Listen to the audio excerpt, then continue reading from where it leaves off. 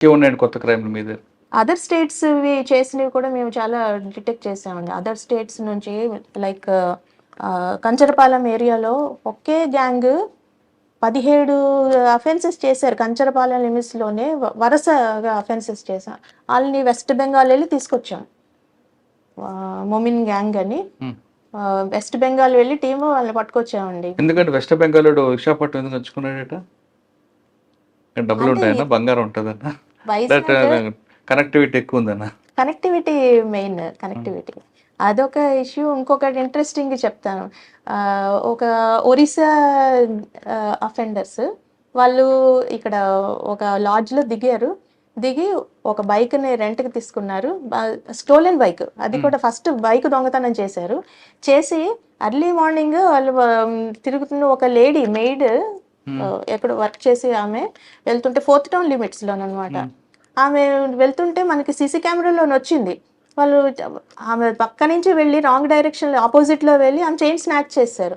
చేసేసి హ్యాపీగా లాడ్జ్‌కెళ్లారు. లాడ్జ్‌లోని dress change చేసుకున్నారు. ఆ బైక్‌ని అక్కడెక్కడో అబాండన్ చేసేసారు. హ్యాపీగా ట్రైన్ ఎక్కి ఎళ్ళిపోయారు. అది మా పోలీసు, మా క్రైమ్ పోలీసు సీసీ కెమెరాస్ కంటిన్యూస్‌గా వాళ్ళ రూటు ఎక్కడెక్కడని చూస్తే మార్నింగ్ ఎర్లీ మార్నింగ్ జరిగింది. 5:30కో, 6కో జరిగిందండి. అది ఈవినింగ్ అయ్యే టైంకి చెప్పారు. ఇట్లాగా కంటిన్యూస్‌గా మానిటర్ చేస్తేనే వాళ్ళు ట్రైన్‌లో వెళ్ళినట్టు ఉందని సిపి గారికి చెప్పారు. నాకు చెప్తే నేను సిపి గారికి చెప్పాను. సార్ వెంటనే అంతకుముందు సార్ రైల్వేస్‌లోని తన బ్యాచ్‌మేట్స్ వీళ్ళందరూ ఉండటంతో వాళ్ళందరిని అలర్ట్ చేశారు. నన్ను కోఆర్డినేట్ చేయమని చెప్పారు. అయితే ఫస్ట్ సమత ఎక్స్‌ప్రెస్ అనుకున్నాం. సమతాకి వెళ్ళుంటారు. వీళ్ళు అంటే ఆ సమత ఇప్పుడు ఎక్కడుంది అని చూస్తే ఒరిస్సాలోనే ఎక్కడో వచ్చి ఉంటదని ఆ ఒరిస్సా దానికి మేము మాట్లాడామనమాట. సమతాకి ట్రాక్ చేస్తున్నాం మేము. ఎందుకంటే ప్యారలల్‌గా మేము లొకేషన్ కూడా తీసుకున్నాం. వాళ్ళ ఫోన్ నంబర్స్ హోటల్‌లో దిగారు కదా! ఇచ్చుంటారు. అక్కడ ఆళ్ళ ఆధార్ కార్డ్ ఇవన్నీ అప్పటికే కలెక్ట్ చేసాం. తెలివైన కానీ దొంగ కాదైతే. ఆ! అంటే అసలు ట్రాక్ చేస్తామని ఐడియా వాళ్ళకి అదే లేదు. వాడు ఫస్ట్ టైమ్ దొంగ అయి ఉంటాడండి. ఇదేం కాదులే. పోలీసు చెయ్యరులే మనం అదే వెళ్ళిపోతున్నాం గదా! అనుకున్నారు. అనుభవం లేక. అనుకున్నారు. అయితే సమతా ఎక్స్‌ప్రెస్‌ని మేము ట్రాక్ చేస్తున్నాం. ఇది వెళ్తుంది. ఏ అది చూస్తేనేమో ఈ టైమింగ్ ఏదో చేంజ్ వచ్చింది మళ్ళాను. ఈ సమత కాదు కావాలి అనేసి మళ్ళా హిరాకుండ్. కాదు. హిరాకుండ్ అండి? హిరాకుడ్ ఎక్స్‌ప్రెస్ కాదు. ఇంకొక ట్రైన్ అనుకున్నాం. అది కూడా కాదు. ఇంకా ఫైనల్‌గా హీరాకుడ్ ఎక్స్‌ప్రెస్ మ్యాచ్ అవుతుందనమాట. వాళ్ళ లొకేషన్ ఆ ఫోన్ లొకేషన్ బట్టి ట్రైన్ లొకేషన్ కూడా మ్యాచ్ అవ్వాలి కదా! ట్రైన్ లైవ్ తీసుకుంటున్నాము. వాడి ఫోన్ లైవ్ తీసుకుంటున్నాం. తీస్తే కరెక్ట్‌గా హీరాకుడ్ జార్సుగూడలోని ఎంతమంది ఒక 20 మంది కావాలి. ఒరిస్సా పోలీసు, రైల్వే పోలీసు అందరితో కోఆర్డినేట్ చేసి జార్సుగూడలో ట్రైన్‌లోని అక్కడ రైల్వే పోలీసు కూడా హెల్ప్ తోటి అక్కడ పట్టామండి. వాళ్ళు అసలు ఆశ్చర్యపోయారు. ఎవరు ఇలాగ ఎందుకు పట్టుకున్నారని. కానీ సమతా ఎక్స్‌ప్రెస్ ఎందుకు మీకు ట్రాక్ అయ్యారండి? అంటే వాళ్ళు ఆ టైము ప్లాట్‌ఫార్మ్ వరకు మేము ఫుటేజ్ చూసాము.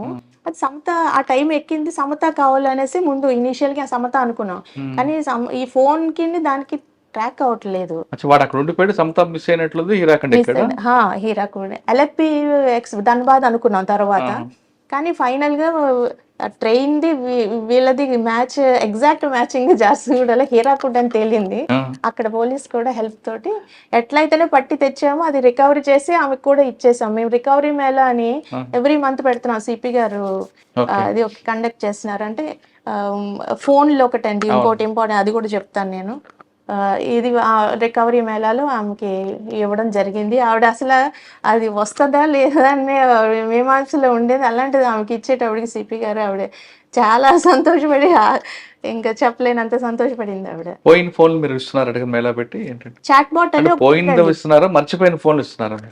ఏదైనా మిస్ అయిపోతే వాళ్ళు మాకు కంప్లైంట్ ఇస్తే దాని చాట్ బాట్ అని ఉంది మాకు.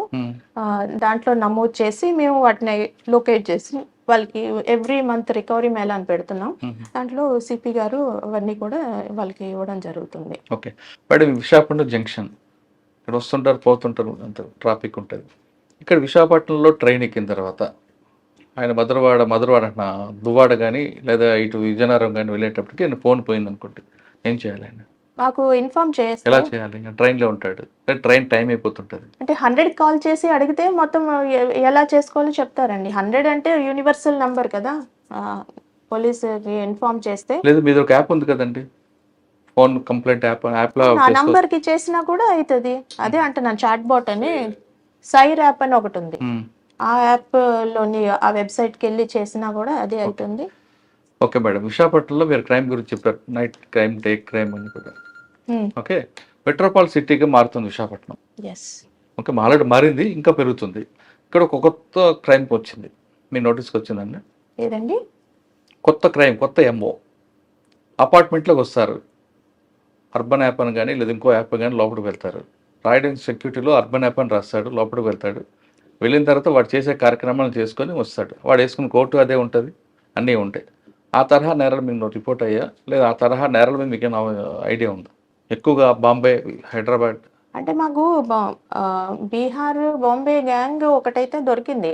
ఇలాగే అపార్ట్మెంట్స్ లోని వెళ్ళి వాడు రెక్కీ చేస్తున్నాడు, పట్టుకున్నాం రీసెంట్ గాను. అంటే ఇప్పుడు కొత్తగా వచ్చేది ఏంటంటే యాప్స్లో వెళ్తున్నారు ఎవరైతే వస్తున్నారో, సెక్యూరిటీ వాళ్ళు కరెక్ట్గా వాళ్ళు క్రాస్ చెక్ చేయకుండా పంపిస్తున్నారు. ఇప్పుడు బాంబేలో జరిగిన ఒక కేసులో వాడు అర్బన్ యాప్ అని వస్తాడు, సెక్యూరిటీ రాస్తాడు, ఫ్లాట్ నెంబర్ రాస్తాడు, వాడి కోర్టు కూడా అర్బన్ యాప్ అని ఉండేది పంపిస్తాడు. కానీ అక్కడ వెళ్ళి వాడు వేరే పని చేస్తాడు. సెక్యూరిటీ కూడా అక్కడ క్రాస్ చెక్ చేయకుండా పంపడం బట్టి ఈ క్రైమ్ ఎక్కువ అవుతుంది. అందుకనే ఇప్పుడు ఇప్పుడు గేటెడ్ కమ్యూనిటీస్ అని కూడా కాన్సన్ట్రేట్ చేస్తున్నామండి. మనకి ఒకటి పిఎం పాలెం లిమిట్స్లో ఒకటి గ్రేవ్ అఫెన్స్ ఒకటి జరిగింది. సిపి సార్ అందుకనే ఈ గేటెడ్ కమ్యూనిటీస్ని మనకి ఎన్ని ఉన్నాయి, వైజాగ్లో ఒక 61 గేటెడ్ కమ్యూనిటీస్ ఉన్నాయి. వాటి మీద కాన్సన్ట్రేట్ చేసి 5 పాయింట్స్ వాళ్ళకి ఇన్సిస్ట్ చేయడం జరుగుతుంది. ఒకటి సీసీ క్యామ్స్, ఎల్హెచ్ఎంఎస్, ఇంకా లైట్ అక్కడ విసినిటీలో లైటింగ్, బుషెస్ క్లియరెన్స్, ఇంకా మా బీట్ కూడా అక్కడ రన్ అయ్యేలాగా ఎన్ష్యూర్ చేస్తున్నా. గేటెడ్ కమ్యూనిటీస్ ఇట్లాగా ఐడెంటిఫై చేస్తా. అవే కాకుండా క్రైమ్ ప్రోన్ ఏరియాస్ని కూడా ఐడెంటిఫై చేస్తున్నాం. జియో ట్యాగింగ్ కూడా చేస్తున్నాం. లాట్ లాంగ్ కూడా తీసుకొని క్రైమ్ ప్రోన్ ఏరియాస్ కూడా మా సెక్యూరిటీ బీట్ కవర్ అయ్యేలాగా చూస్తున్నాం. దాంట్లో భాగంగానే ఈ సెక్యూరిటీ ఇష్యూస్ కూడా, సెక్యూరిటీ గార్డ్స్ కూడా అవేర్నెస్ క్రియేట్ చేస్తున్నాయి. ఇలాంటి మీరు ఇప్పుడు చెప్పారు చూడండి, ఇవన్నీ కూడా సెక్యూరిటీ గార్డ్స్ కూడా అవేర్నెస్ క్రియేట్ చేస్తున్నాం. సార్ ఫైనల్గా చెప్పండి మేడం, విశాఖపట్నంలో ఉన్న ప్రజలకి మీరు ఇచ్చే భరోసా ఏంటి? నెంబర్ 1. నెంబర్ 2, పోలీస్ డిపార్ట్మెంట్లోకి వస్తున్న అమ్మాయిలకి మీరు ఇచ్చే మెసేజ్ ఏంటి? అంటే ప్రివెన్షన్ ఈజ్ బెటర్ కదండి. ప్రివెంటివ్ మెజర్స్ తీసుకోవడం మేము పబ్లిక్కి చెప్పేది ఏంటంటే, police always is at there service, but preventive measures కూడా తీసుకోవడం పబ్లిక్ చేస్తే మంచిది. ఇప్పుడు మేము ఎల్హెచ్ఎంఎస్ని బాగా ముందు పెడుతున్నాం. అంటే దాన్ని ఎక్కువగా యూస్ చేయాలని మేము చెప్తున్నాం. లాక్డ్ హౌస్ మేనేజ్మెంట్ సిస్టమ్ అని, అవి ఎవరైనా బయటకు వెళ్ళినప్పుడు మాకు ఇంటిమేట్ చేస్తే ఆ యాప్, ఆ కెమెరాస్ ఇవన్నీ కూడా మేము కంటిన్యూస్ సర్వేలెన్స్ పెడతాం. కాబట్టి వాళ్ళకి హెచ్బీలు కానీ బర్గ్లరీ జరగకుండా, బ్రేకింగ్ జరగకుండా అది ఒకటి. ఇంకా స్నాచింగ్స్ ఇవన్నీ ప్రివెంట్ చేయాలంటే ఒంటరిగా వెళ్తున్నప్పుడు కానీ ఎక్కువగా ఆర్నమెంట్స్ ఇవంతా ఓవర్లీగా అంత కొంచెం కేర్ఫుల్గా ఉండమని చెప్తుంటాం. కానీ బంగారం వేసుకోవద్దంటే మరి మీలాంటి మహిళలు ఒప్పుకోరు కదండి. వేసుకోవద్దని చెప్పం కానీ కొంచెం కేర్ఫుల్గా, అలర్ట్గా ఉండాలి. మన పరిసరాలకి అలర్ట్గా ఉండాలి. డార్క్ ఏరియాస్ ఉన్నప్పుడు అందుకనే మేము ప్యారలల్గా ఈ లైటింగ్ ఇవన్నీ ఇంప్రూవ్ చేయడానికి కూడా జీవీఎంసీ అథారిటీస్తో కూడా సిపి గారు మాట్లాడుతున్నారు. సో అవి చేస్తున్నారు. బంగారం ఎక్కువ వేసుకున్న చీరకు మొత్తం కప్పుకుంటే ఏ ప్రాబ్లం ఉండదేమో కదండి. అలాగని మనం రెస్ట్రెయిన్ చేయలేం కదా. కొంచెం అలర్ట్గా ఉండాలి, మన పరిసరాలకి అలర్ట్గా ఉండాలి. ఏమైనా ప్రాబ్లం వస్తే ఇమీడియట్ గా పోలీస్కి ఇన్ఫార్మ్ చేయాలి అని కూడా అంటున్నా. ఓకే, ఇంకా అమ్మాయిల గురించి మెసేజ్ చెప్పండి. అమ్మాయిలు మనం ఎవరికి తీసిపోమని ఒకటి, మనల్ని మనం నమ్మాలి. ఎందుకంటే దేంట్లో నిజంగానే తీసిపోరు.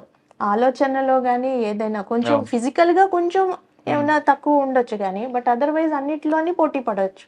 సో మనకి ఆకాశమే హద్దని అనుకోవాలి అమ్మాయిలు. ఎప్పుడు ఏదైనా మంచిది సాధించాలంటే దాన్ని ఫుల్ డెడికేషన్తో చేస్తే ఏదైనా సాధించవచ్చు.